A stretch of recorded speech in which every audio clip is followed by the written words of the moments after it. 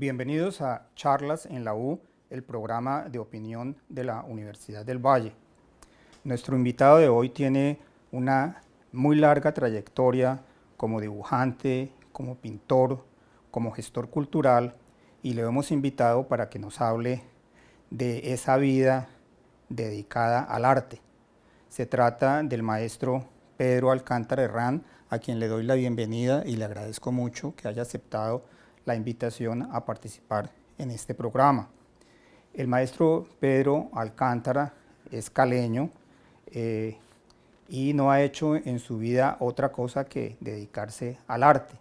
Empezó sus estudios en el Conservatorio Antonio María Valencia como estudiante de pintura y continuó sus estudios en Roma, en la Academia de Bellas Artes en Roma, donde se graduó.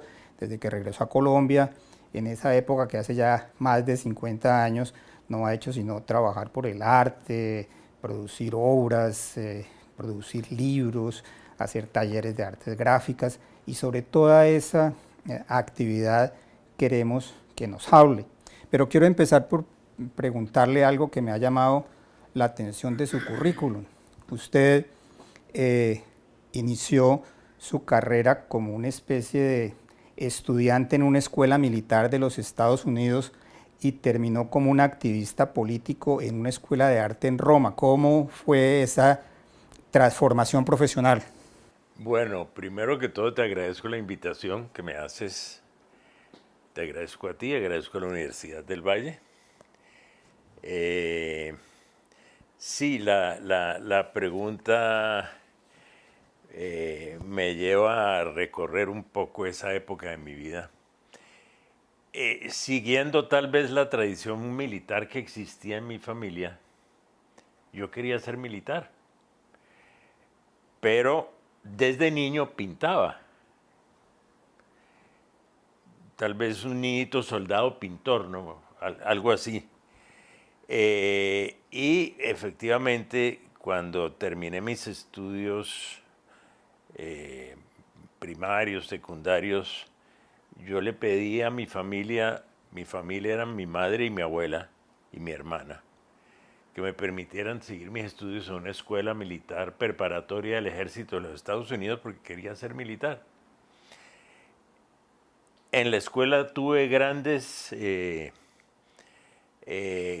experiencias y sobre todo la experiencia disciplinaria, el estudio a través de un sistema disciplinario sumamente rígido con el cual me acoplé sumamente bien y comencé a colocar el estudio por encima del aspecto militar. Entré por primera vez en contacto con la gran literatura norteamericana y con la literatura inglesa. Yo desde niño conocía el inglés porque yo había estudiado en el Colegio Bolívar. Mi madre fue una de las fundadoras del Colegio Bolívar. Y ante mí, en la escuela militar, se me abrió ese gran panorama literario del inglés, del idioma inglés. Y eso comenzó a cambiar, ese interés por la literatura, por la cultura en general, comenzó a variar los intereses. Y fue precisamente en la escuela militar donde se me agudiza el interés por la cultura y el arte en términos generales y donde yo sigo trabajando en mi arte, sigo dibujando continuamente en la escuela militar. Pero igual se va a Roma y se matricula como un estudiante en ciencia política. Sí, un poco indeciso todavía de cuál iba a ser mi futuro. Ya no iba a ser militar, pero me interesaban las ciencias políticas. Entonces me matriculo en la Universidad Prodeo en Roma, que era una universidad católica, muy rigurosa, casi tan rigurosa como la escuela militar, donde se asistía con saco y corbata en la época. Pero simultáneamente comienzo a asistir a la Escuela de Bellas Artes de Roma, a una sección que tenía la escuela que se llamaba la Escuela Libre, donde personas que aspiraban más adelante a entrar a la escuela podían pasar por la Escuela Libre, como un preámbulo para la academia. Estando en la Escuela Libre y en la Universidad Prodeo simultáneamente, tomé la determinación de dedicarme únicamente a la Escuela de Bellas Artes. Su generación, que es la generación que, digamos, sale a la luz pública en los años 60 y 70, está, en el caso latinoamericano, muy marcada por la Revolución Cubana, pero también en el caso europeo está marcada por una gran ebullición artística. ¿Usted es producto de esas dos cosas? Sí, claro que sí. Italia me impactó muchísimo. Cada vez los impactos y los embates culturales que yo recibí eran mayores. Salgo de los Estados Unidos, de escuela militar, donde he descubierto la literatura en idioma inglés. Llego a Italia, estudio italiano, descubro el Renacimiento italiano, que impacta de una manera impresionante sobre mí. Yo tenía en ese momento tal vez, no sé, 18 años. Comienzo a conocer la literatura italiana, la literatura francesa, porque también desde niño había estudiado francés. Comienzo a darme cuenta qué estaba sucediendo en el arte en Italia, en Francia y en España en ese momento, donde estaba en pleno auge el informalismo español.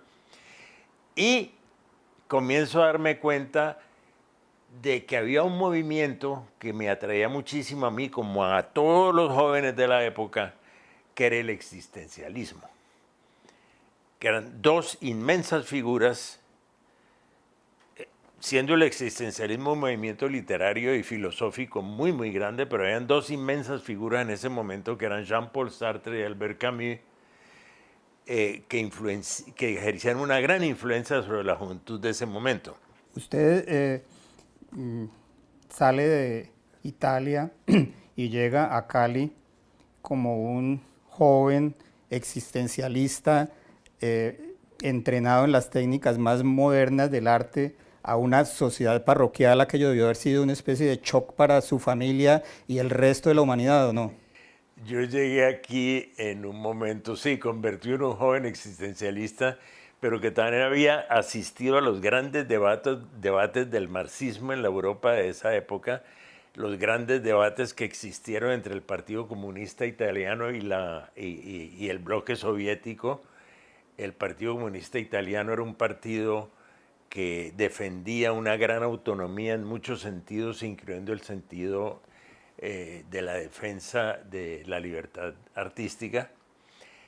Entonces yo venía un poco metido en todo ese mundo de las grandes discusiones de la izquierda europea, sobre todo la izquierda italiana, la izquierda francesa, pero también sumamente influido por el existencialismo, y encuentro aquí un movimiento llamado el movimiento nadaísta, y me integro al movimiento nadaísta. Me pareció lo más afín a aquello que yo llegué aquí sintiendo, y entro a este movimiento nadaísta. Conozco unos grandes poetas como Gonzalo Arango, J. Mario, X504, bueno, en fin.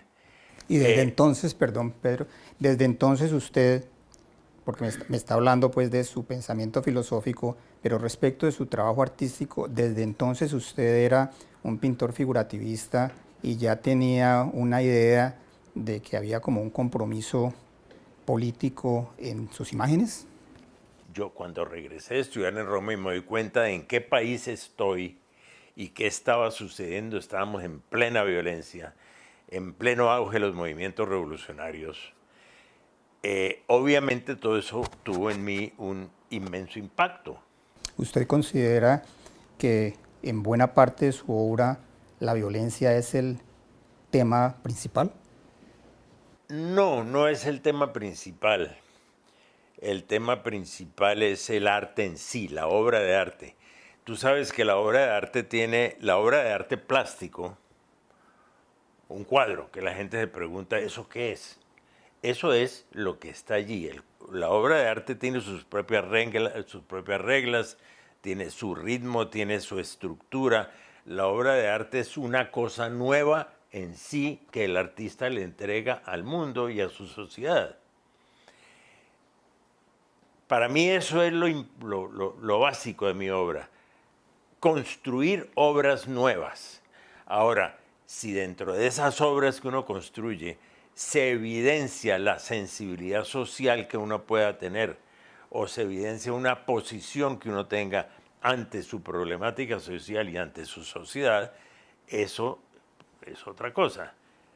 Es decir, es inevitable que un artista dé testimonio de su pensamiento en cuanto a la sociedad en la cual uno vive. Pero uno no puede hacer, digamos, una total abstracción de la técnica y del tema. No, la técnica es una cosa, el tema es otra. La técnica es el oficio, lo que le permite a uno expresarse, ¿no es cierto? La técnica le permite a uno formar un estilo, digamos, y encontrar los medios de expresión. Ahora, dentro de lo que uno expresa, se siente lo que uno piensa. Entonces, en ese sentido, y como esa situación de violencia que vivía el país se reflejaba en mi pensamiento, obviamente se reflejaba en mis dibujos de la época. Claro Antes está. de continuar hablando con el maestro Pedro Alcántara Herrán sobre su obra artística y su trabajo como gestor cultural, vamos a hacer una pausa.